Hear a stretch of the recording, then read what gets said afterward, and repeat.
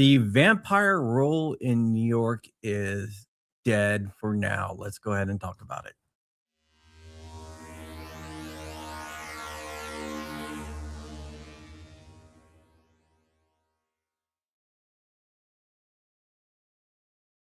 What's up, guys? My name is John Crump, and I'm an investigative journalist, and I keep an eye on 2A issues. And today we're going to be talking about a 2A issue out of the state of New York.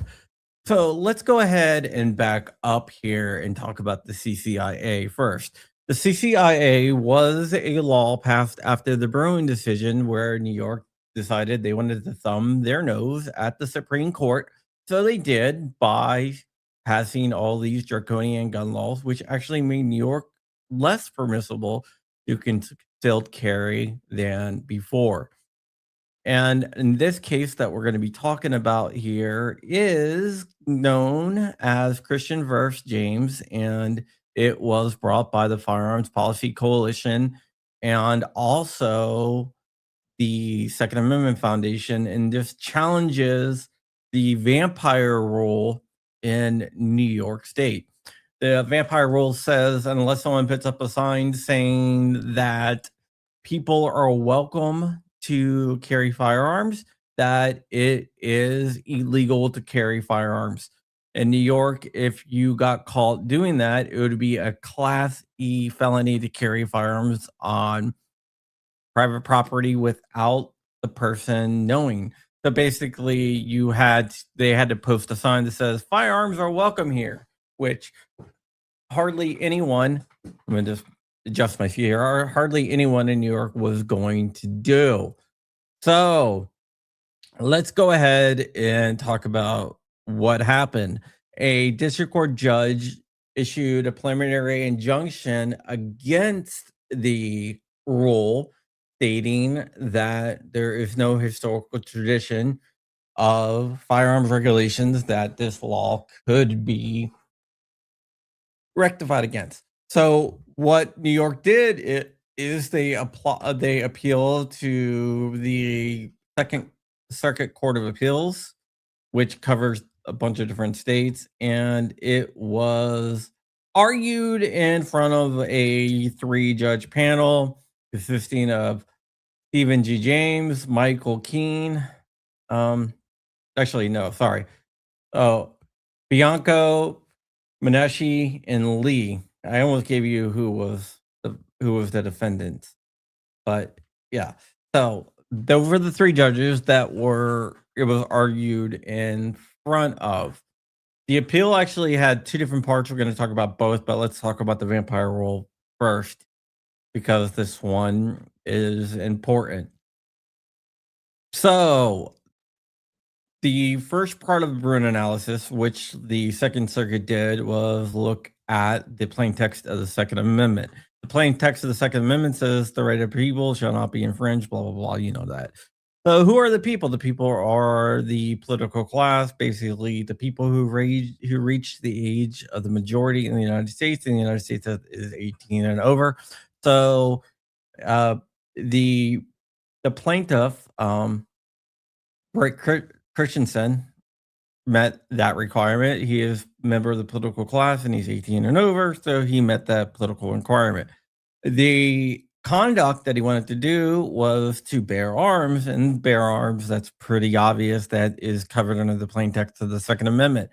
So because the plain text of the Second Amendment covered his conduct and he is of the people, the conduct is presumably constitutional. Now it moves to the second step of a Bruin analysis, where the state has to present historical analogs from the founding era, 1791.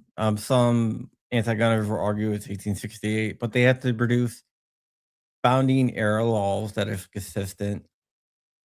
They show that the new law is consistent with the tradition and history of firearms regulations in the United States.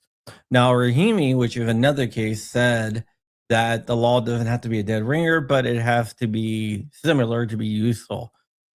What New York tried to do is they tried to present historical analogs, but all these historical analogs dealt with trespassing and hunting, basically hunting on private land and poaching. So when the Second Circuit looked at the breakdown of the cases that they were given by the state, they said these laws are not remotely similar to be useful in this case because these all are dealt with poaching and hunting. So therefore, you failed step two of Bruin.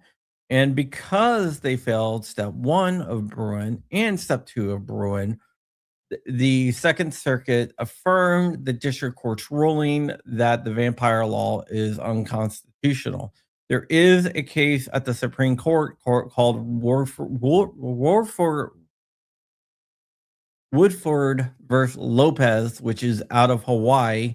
And that case is being argued by our friend Alan Beck. It was argued by Alan Beck. We are waiting to get something back from that case, but that also deals with the vampire rule. And it looks like the Supreme Court is going to knock down the, yeah, Wolford. I don't know why I have such a hard time saying it, but that looks like the Supreme Court's probably going to knock down that vampire rule. So it could be that the Second Circuit was reading into this and said, hey, this law is probably going to get knocked down by the Supreme Court.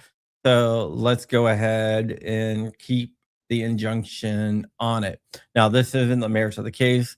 This is a preliminary injunction, which means that it looks at the likelihood to succeed on the merits, the balance of interest, and a few other things, but mostly likelihood to succeed on, and irreparable harm is the third one, by the way. So, yeah. So this is a victory here. There was another part of the case which a lot of people aren't talking about, and that was a defeatish, and that is whether the state can ban um, carrying of firearms in urban parks. And the courts said that New York gave specific analogs to show that that law is consistent with the history and tradition of firearms regulations in the United States on a facial challenge.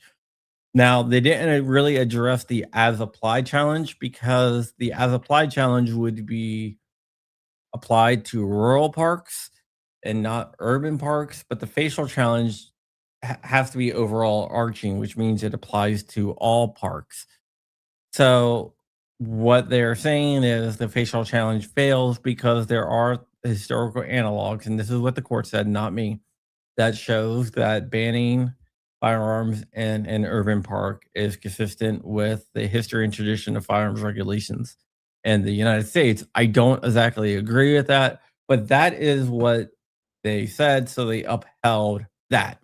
So this is a partial victory, a partial defeat, I guess you can say. But the big part of it is that the vampire role is dead, and that affects a lot more people than it doesn't. So we won on the major part. This goes in line with what the court said in Antioch, and I don't think that the vampire rule is going to come back. I think it's probably dead. With that Supreme Court case, which looks like it's going to go our way as Second Amendment advocates, that's going to take care of this anyway. So we're going to have to figure that out now. And let me see something here. But yeah, I got to get out of here, guys. Thank you so much for watching. I will have other news in a little bit. So talk to you guys later. Bye.